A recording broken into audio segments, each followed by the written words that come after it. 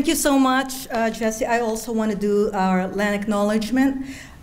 And if not for the invitation extended by the Vancouver Historical Society, I would say I really don't know much about my own community's history here in the Pacific Northwest. So I'm going to be talking about these questions around how did we get here in the first place in the Pacific Northwest? How are we doing? And where are the Filipinos in Canada? And I'm going to be talking about the context, of course, of Philippine ties with Spain, the United States, and Canada, the transnational economic ties that we're seeing much more dense these days, as well as how the immigration policies and integration practices of Vancouver is affecting us here. And looking to the future, what are our hopes and dreams as a community? So some facts and figures first that I'd like you to know, and I'm going to have a little bit of a game afterwards. The Philippines is considered the world's third most vulnerable country to climate change and to natural disaster. It's also among the world's top exporting countries when it comes to overseas and overseas contract labor, and as a result, we are also a top remittance sending country and receiving country.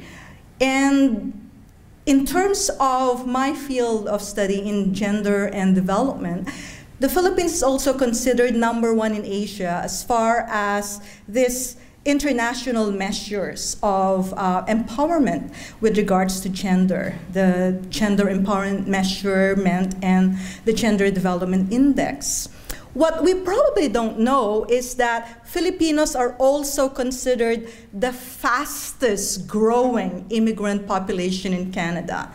And it's projected to grow at 1 million by next year. As of 2016 census, there's close to 842,000 Filipinos across Canada. But there is very little we know about this community. As one sociologist puts it, it's the fastest growing, but it's also the least understood and known in Canada. So why is that so? Can you name this Filipino-Canadian MLA? Some of you probably know it's Mabel Elmore. Yes? What about this Filipino-Canadian Crown Prosecutor? Do people know him at all? The first Filipino-Chinese appointed as Queen's Counsel in British Columbia. Anyone? His name is Winston Saison. What about these two prominent 1.5 Filipino-Canadian second 1.5 generation, a CBC Diversity Manager and UBC Director for Intercultural Understanding and a well-known diversity and inclusion to-go-to consultant here in BC, working for multinational companies like Coco Chanel, or the executive officer of the office of our former Mayor Robertson and now Assistant Director of Cultural Services. You probably don't know their names, Alden Habacon and Lara Honrado. Can you name at least 3 of these UBC professors of Philippine ancestry? Well, you could probably name me now. But there are at least 11 of us in different fields of study and appointed at UBC. Do you know who designed this logo? Famous, the Canada 150. A young Filipino-Canadian student designed that logo for Canada's 150th anniversary. And she's only one of the many artists that we have here in British Columbia. One of them who's been responsible for getting me connected to Jess, Esme, and among other well-known artists within our community, but not well-known to other Canadians here in the Lower Mainland. But we are famous. in the healthcare sector. As nurses, we are also known for what we would call service sector jobs. We are known for helping people and caregiving from cradle to grave, as we say, from childcare to seniors care. And so I'm wondering, how and when did Filipinos get to come to the Pacific Northwest? Do you know that Filipinos are the first Asian group to ever settle here in the Pacific Northwest? And we just have to dig up some of his historic books about the Manila Galleon. And there are many of them, but even within our own community, we don't circulate this information about our own history. And I want to go back to the 16th century, the so-called Manila-Acapulco galleon trade that lasted for 250 years, from 1570 to 1815, when Spain had a trade monopoly with Mexico and the Philippines, when we were supposed to be discovered by Ferdinand Magellan, and then Miguel Lopez de Legazpi came back and conquered the Philippines in the name of the king. So imagine this big galleon, some 2,000 ton capacity, and the small to medium ones, 700 to 1,000 ton capacity, all heavily armed, with some 100 to 300 ship crew members on board, and Manila was the way station and transshipment point to everywhere in Asia. And it's been said by one of the books I flashed earlier that we had been in the New World longer than any Asian group. The Philippines served as trading posts for imperial powers.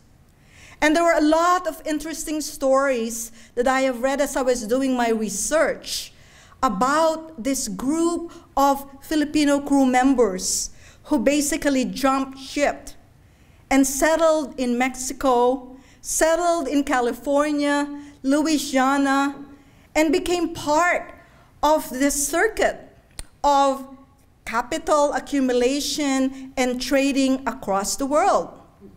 The Philippines was connected to Spain and Europe through this major trading post of Acapulco, of Veracruz, and if you go to small towns near Acapulco, you will find a lot of Filipino-looking Mexicans there. There's even a restaurant, according to the historian, one of the historians whose book I will cite in a short while, of a restaurant called Maganda. And Maganda means beautiful in Tagalog. It's connected also, of course, to other major Asian trading posts. Saipan, Macau, India, of course, Persia or Iran, Thailand, Vietnam, and Cambodia. And the trading routes are fascinating in that you could see that it is not just a one-way circulation of goods, let's say silk from China or silver and gold, but people migrating. So imagine this galleon trade and this galleon ships, that if there were about 2 galleons sailing between Manila and Acapulco every year, and some 200 of them between 1570 to 1815, some 250 years, and there were about 70 to 300 men on the board. And initially it was 1 out of 5 Filipinos, only to become at the peak of the galleon trade of about 50 to 80% of the shoe crews were Filipinos. And to this day, Filipinos comprise 85% of the world's total seafarers, right? And the ships were built in the Philippines particularly in the provinces of Pangasinan, Albay, Mindoro, Marinduque, Iloilo, using Philippine timber. So imagine if you're a young man and your choices are, you will be part of this indentured male labor we call polo y servicio, and you are now being asked to go on board the ship and be part of the crew. And then you sail to the New World, to Mexico, and you have a choice. Do you become a stowaway, jump ship, and not return to the Philippines? Or you stay and intermarry with a lot of the other Indios in Mexico and California, where some of them were shipwrecked? By the time the Philippines became part of the United States Empire, there were a lot of other Filipinos that were brought to the U.S. Eastern Seaboard as early as 1788. So these whaling ships, right, of the Americans also held Filipino sailors. And hence this history of Filipino settlement in the Pacific Northwest could not be completed without talking about these Filipino crew members who stayed in Mexico as early as 1580s. And you probably heard of the name Thomas Cavendish, where he went to explore on board with 70 crew members he found are Filipinos. A number of Filipinos had also arrived in the New World as contract workers to work in Alaska's canning industry. And to this day, as of the 2010 US Census, for instance, 4.4% of the entire population are Filipinos. There are also old settlements of Filipinos in California, in Hawaii, of course, in Los Angeles and San Diego in particular, and in Louisiana. By the time the Philippines became a Philippine colony, an American colony, when the US bought Philippines, Guam, Cuba, and Puerto Rico for some $20 million, which was very much considered cheap at that time. We had already this intricate connection with many of this Pacific Northwest island. But when I was researching for this talk and read this book, Manila Men in the New World, talking about Filipino migration to Mexico and the Pacific Northwest in general, on page 60, I was struck by this transnational intimacies between Filipino and Tlingit First Nation in the Nootka Island and all the way into the Yukon, going back to 1791, 1792. And it started with Capitan Alejandro Malaspina. Okay, you probably remember Malaspina College on the island, probably named after him, who was tasked by the Spanish Empire to do a scientific exploration of the Philippines. And he brought Filipino sailors to explore the bays and coves of the Alaskan coast. And he recruited Mexicans for the return crew to the Philippines in order to replace some of the missing crew, because the Filipinos in his ship decided to stay with the Tlingit. And the Tlingit people, First Nations in what we now consider Canada, were very curious and inspected Jeronimo, Arcangel, and 4 others, asking, "Where are you from? Why do you look like us? You must be one of us." Begged them to stay and to remain with the tribe, and saying, "Why do you have to obey these people who don't seem friendly to you?" So do the math. 250 years, 200 galleon ships traveling twice a year, some maybe 200 on average on the cruise. And how many Filipinos are now in the North Coast, in the Pacific Northwest Coast? But the migration did not stop after the galleon trade. In fact, because of American colonialism, by the time it was handed over to the United States, the island, there was a steady group of Filipinos migrating to Hawaii,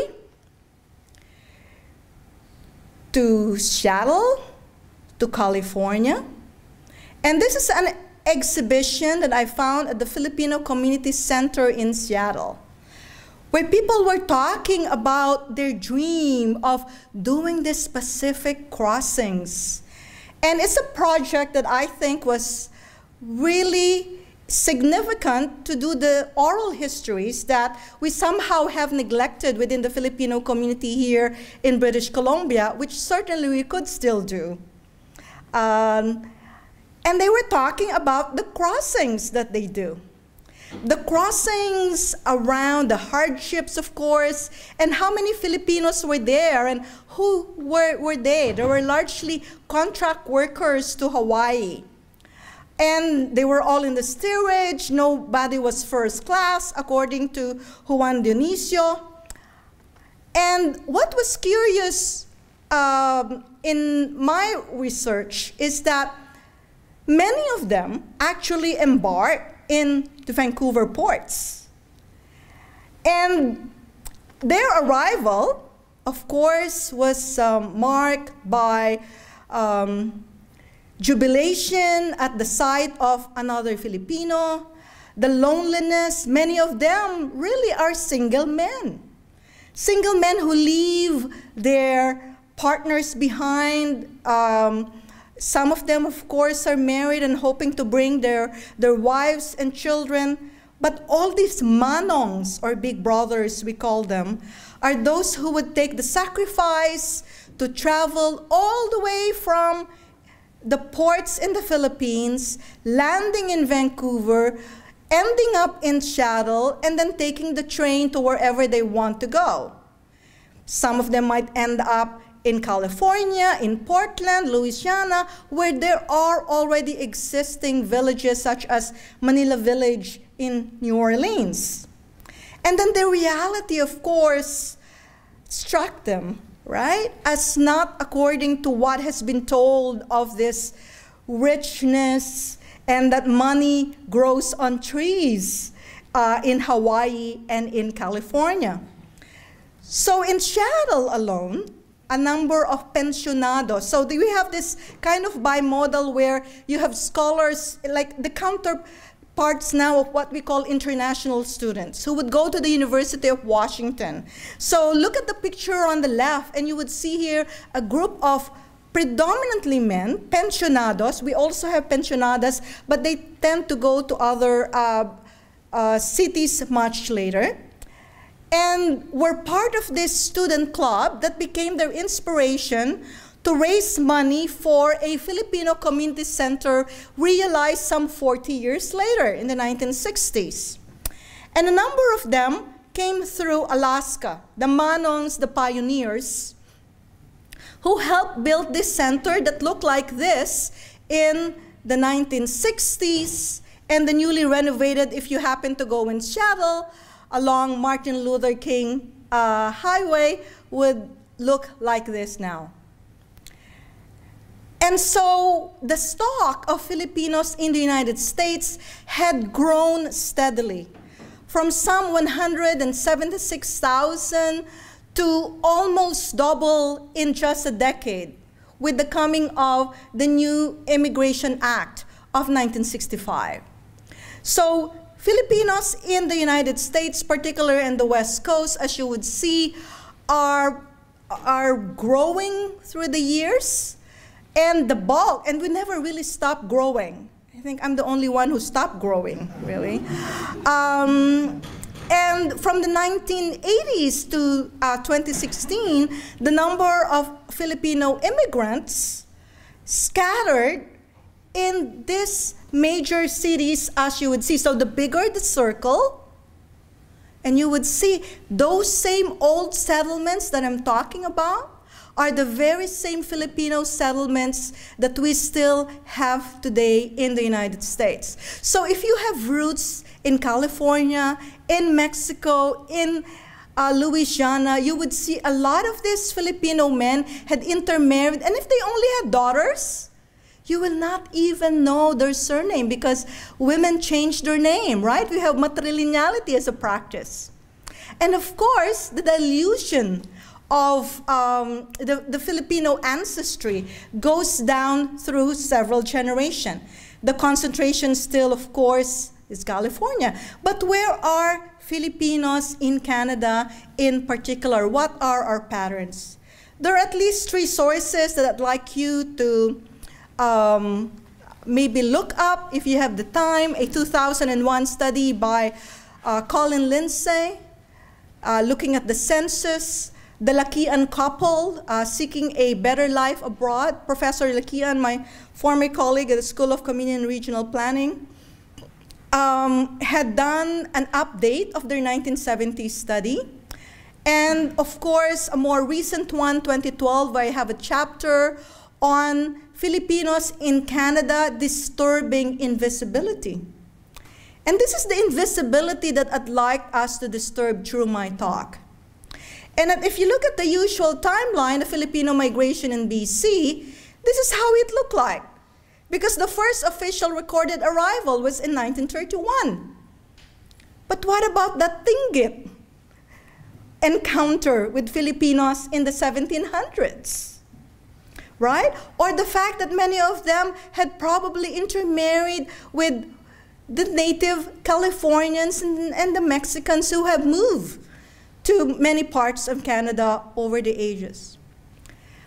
And I want to point out how critical it is that Canada and the healthcare sector was largely built with the contributions of nurses and doctors from the Philippines, moved to the United States, and moved to Canada.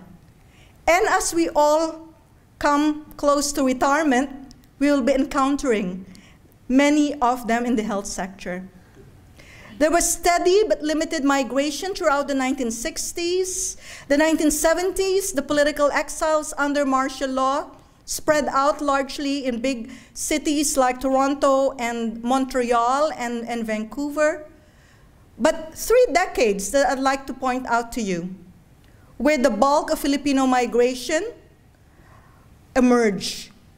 The Foreign Domestic Movement Program and the Live-in Care Program. And this is where Canada and the US differ as far as immigration policies that to this day affect the 1.5 and the 2nd and 3rd generation Filipinos in Canada. Now replaced, of course, by a number of pilot programs for home-based childcare and seniors care. So where did the Filipinos in BC come from? I don't know where Dr. Olivar came, but I do know that Dr. Texon, the first Filipino psychiatrist in BC, in Vancouver, originally came from Hawaii. And Filipinos, like Chinese and Japanese, are implicated in this Asian settler colonialism in Hawaii as a colony also of the United States, and before it's now become one of the states. And this messiness of race relations in Hawaii that made a lot of Filipinos, when they travel to Canada, particularly in C. Vancouver, in Dr. Texon's testimony, said, when I saw Stanley Park, he said, this is it. This is where I want to be. I don't want to go back anymore to Hawaii. Some of you might say, oh, Hawaii? Right? So, I don't know. Maybe we should have a photo identification project, Dr. Olivar, right? For this, I don't know who are these Filipinos in British Columbia from the pictures that I gathered. But we do know many of them are Filipino healthcare professional pioneers. Many of them came from Alaska and didn't want to come back. Many of them, as I said, came from Hawaii, like Dr. Tech's son right there in the picture. And so this steady growth, as you will see, that began officially in 1930s, look at that. Very small number that before 1961, there were only 215 recorded Filipinos. Growing to about 9,000 in that decade in the 1960s, 70s, and steadily growing. And the bulk, as I said, was through the 1990s in the live-in caregiver program. And how it looks like in graph is this, more visual. You could see how this has grown over the years. And Filipinos are spread out in some 185 to 200 countries around the world. Since we became officially a labor brokerage state, when the Marcos government come up with a labor export policy to address our balance of payment problems. Many of them, of course, ended as seafarers, as nurses around the world, and there is almost an overseas labor office in any major city in the world where there are overseas Filipino workers. In Canada, if we look at these statistics, before 1981, look at how low that is. In Alberta, BC is more attractive, of course. That's why you have that number, a little bit of a higher bar here. So if you see the two bars there, and I'm missing my pointer here, right? But you see those two bars right there. But the number had jumped up. In fact, Filipinos in Alberta are the biggest immigrant group, higher than Chinese, Japanese, Koreans, that we see are predominantly here in British Columbia. Filipinos are in the Yukon and the Northwest Territory, despite its minus 40 weather. How does our tropical constitution take it? You can ask them, right?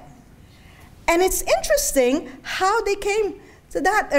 The story goes this way, and you could talk to any Filipino in the Yukon. They know the story that there were 7 single Filipino women friends who were all former domestic helpers in Hong Kong in the 1980s. One found work as a caregiver in the Yukon in 1984, and by the early 1990s, 6 of her friends joined her to work in the Yukon.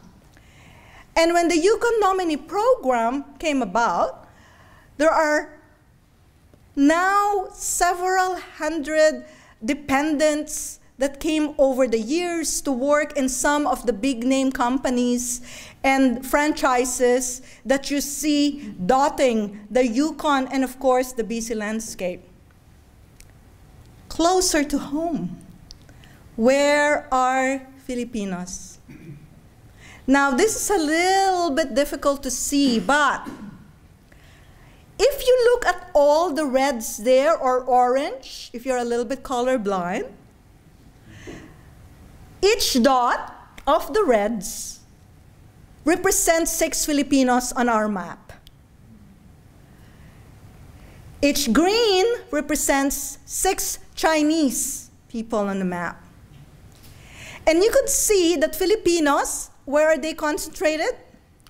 Vancouver East Side and Surrey. Within Richmond alone, the numbers of Filipinos are also growing, although it is a predominantly Chinese population, but spread out across Vancouver. Look at all the orange, reddish dots there. Okay. The city of Vancouver, and these are the statistics from 2011 to 2016, and I'm going to be using the 2011 statistics here, where you could see here the darker the green, the higher the number of Filipino population that are present. From 746 to 1640. It is not surprising that Mabel Elmore one in the Kensington Cottage neighborhood, because that's the concentration of Filipinos. You see that? Darkest green, and then the darkest gray. And this is now the same statistics, but represented in terms of Filipinos as percentage of the total population, where the darkest is between 20 to 100%. So above 20%. Filipinos are in those darkest grays there. And this is, again, same data, but as percentage of the visible minority group. Again, very similar data. Okay, let's go now to Philippine economic ties. There is more to this than the last controversy over the summer about Canadian garbage, largely from Vancouver, that was stuck in the Manila ports, and our president basically pulled out for some time the diplomatic corps to show that we meant it. Take Canadian garbage back to Canada. And we did. And it started Filipinos in Canada, especially in BC, asking, where do our garbage really end up? And how can we instill better environmental consciousness among Filipinos, among Asians in general? Of the 165 Filipino organizations listed in the embassy, not a single organization is focusing on environmental and climate justice concerns. Maybe the same could be said of other ethno-cultural groups. I've only heard of the Rangi-Changi, green is not white group. And some Filipino youth were involved in that for some time. Canada-Philippine economic relations are denser than ever. And we do have a little bit of deficit with the Philippines when it comes to our trade and our foreign direct investment, in that Canada imports more from the Philippines than we export to the Philippines. And we're looking here at some 979 million exports as opposed to $1.5 billion alone. So when you think about Canada and the Philippine economy, there's no comparison. Canadian GDP is way bigger than that of the Philippines. Our per capita GDP is way higher. That's why Filipinos are attracted to come to Canada, because of the better quality of life. The Philippine growth rate has been phenomenal for some time, but the inflation has worsened, and the unemployment rate is pretty much the same, although statistically we probably understate our unemployment statistics. Canada is very much heavily invested in the Philippines at some $2 billion. But guess what are the top Philippine exports to Canada? Can you tell me one Philippine product, made in the Philippines product you might have at your home, or something that you might be carrying with you today? Pineapples. Oh, pineapples. It's not on the list, sir, but yes, we do export pineapples here. Well, you were really good. Cell phones, close, getting closer. Sardines. Oh, good. But no. And they're probably underreported because many of them would look like they come from Japan, but they might be fish, or China, but they fish in Philippine waters. Our top exports to Canada are insulated wire cable for your computers, parts for your cell phone, my microchips and microassemblies, your locks, security locks, bike locks, and coconuts. This list has changed, right, dramatically. But what about Philippine imports from Canada? What do Filipinos love from Canada? Huh? Guess? Well, guess. Blueberries. Oh, I hope they travel well, but no, sir. Maybe dried blueberries, yes. Any guess? Ice? Rice, probably, yeah. We import rice for sure because we cannot feed, have not reached rice self-sufficiency for sure. Meat is true, but it's not even our top export to the Philippines. Our top export is sawn wood. Aircraft, spacecraft, wheat, meat, pork. We love Canadian pork and Canadian poultry. And of course, more wood. Name me at least one BC-based company doing business in the Philippines as far as importing materials or procuring Filipino labor and with their overseas production. Any big company that you know? You would be surprised at some of the top 12 that I will name from BC. Cancun. Not on my list. No? Anyone? You've probably been to some of them. There's TNT, of course, number 10. A lot of them are import companies, but you would be surprised. Big companies like Lululemon Vancouver, Lululemon Atlantica, Mountain Co-op, Mountain Equipment Co-op, and Kate Spade. All have operations in the Philippines or directly importing goods from the Philippines. Canadian investments in the Philippines had a little bit of uneven growth over the years. I don't have here statistics on development aid, but it's also a little bit uneven.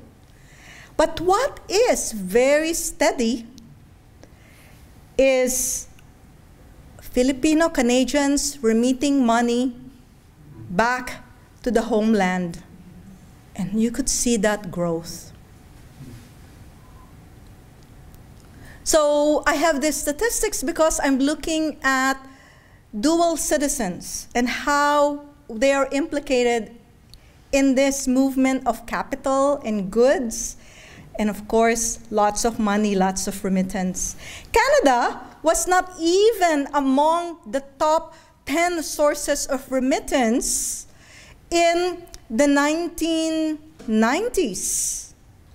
And then Canada crept in, number 10, by the year 2000.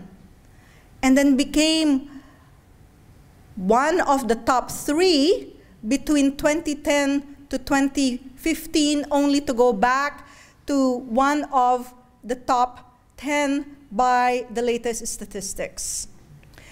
Now, how do immigration policies and immigrant integration practices affect Filipinos here in Canada? You remember my cradle-to-grave analogy, and this has been documented in many films, many books, many articles, and this is where the visibility of Filipinos come in. Visible but invisible, as Coloma et al. Put it in their book. Majority of Filipinos come here as foreign workers through the live-in caregiver, as I said earlier, and we're also Canada's top source of temporary foreign workers. You know, the people you see at McDonald's or Tim Hortons who might not be here as permanent residents yet, and when you look at the latest statistics, this is until 2008, and I look at the 2018 data using 2016 census, that in terms of employment rate of all immigrant groups, Filipinos are the highest. And this is a direct quote where the core age immigrants aged 25 to 54 years, the most productive years, it's immigrants born in the Philippines that have the highest employment rate. And yet, we tend to have one of the lowest income levels of most immigrant groups comparable to some Southeast Asian and Latinos, and I will tell you more in this case. So we have the highest education comparative to other groups, particularly in the fourth generation, but the second generation is not doing very well. And this is because of what happened to the live-in caregiver policy that separated families. And a typical story, and this was documented in a film, another film, When Strangers Reunite, Families Apart, by a colleague of mine at UBC, Jerry Pratt. A typical story of Maria, who would be a mother of three, a nurse by profession, came to Canada as a live-in caregiver in the 1990s, and sponsored her husband after more than 6 years of separation.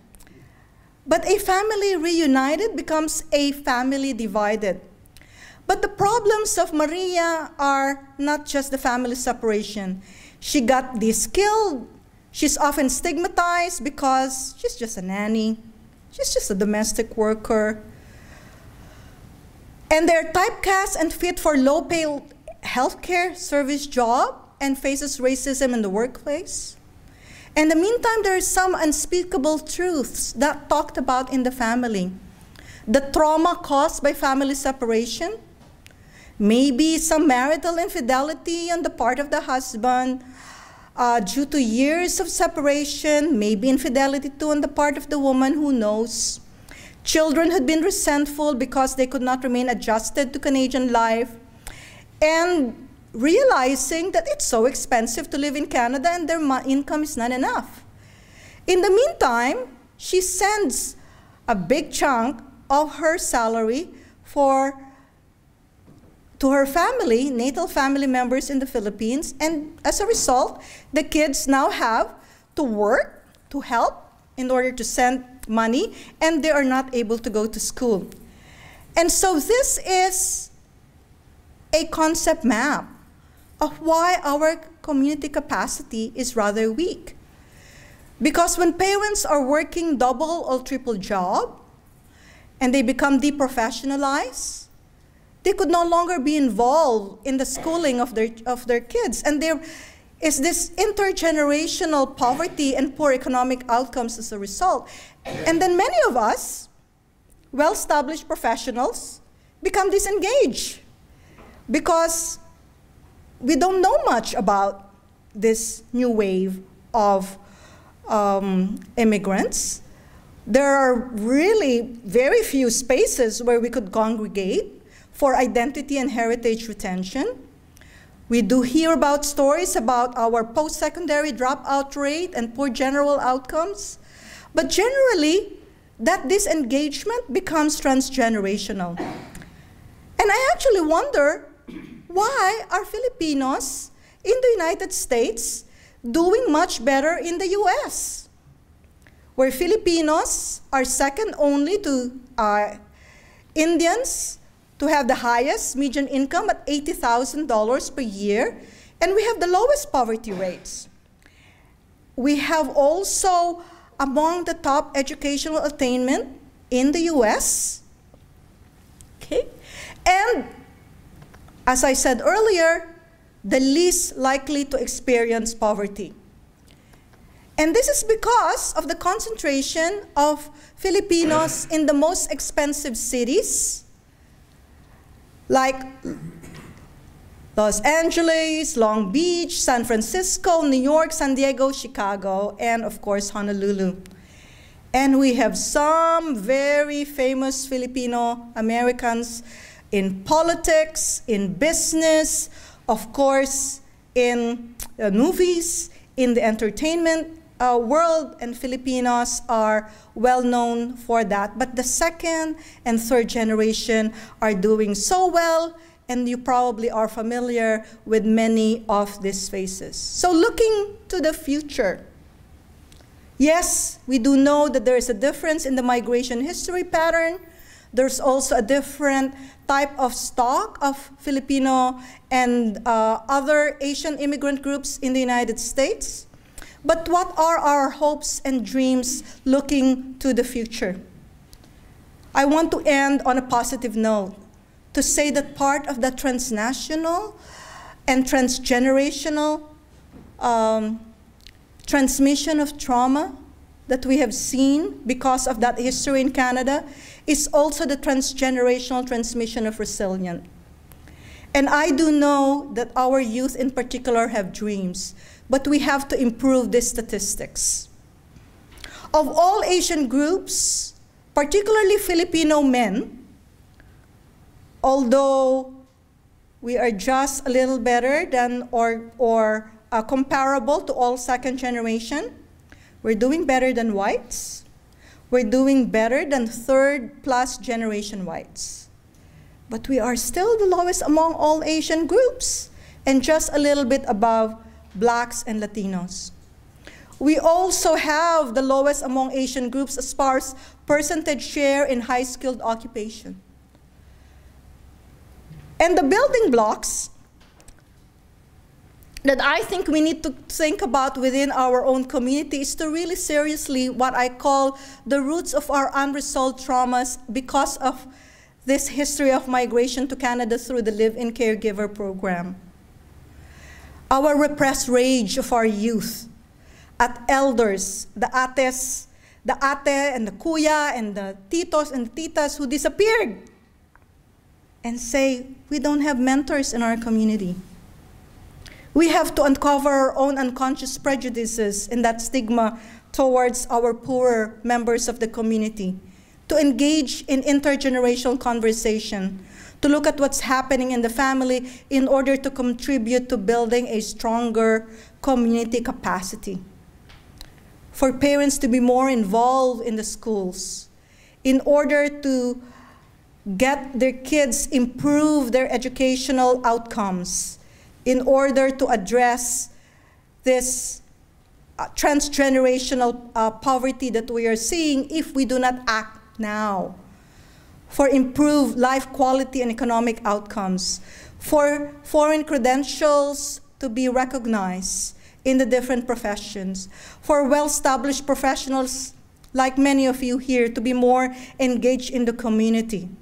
Our second generation newcomer youth to be just as engaged, to create more spaces where we can congregate, and for our schools to recognize as what's happening in Alberta, trying to explain to principals and teachers how we can support Filipino children in schools. And they came up with a handbook. It's not perfect, but it's a really good start. So with that, maraming salamat po. And I look forward to any questions you might have.